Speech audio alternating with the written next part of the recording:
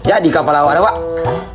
Bertanya Puak Agi. Ika kapal awak yang masuk main tu. Ika dah siap dah separuh jadi ke rumah dia.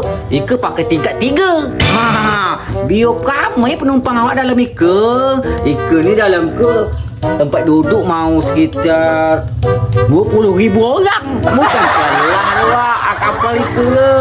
Oh, memang mantap lah kapal aku ke. Ika banyak lagi ni belum ke. Baru siap baru ke. Mereka pening.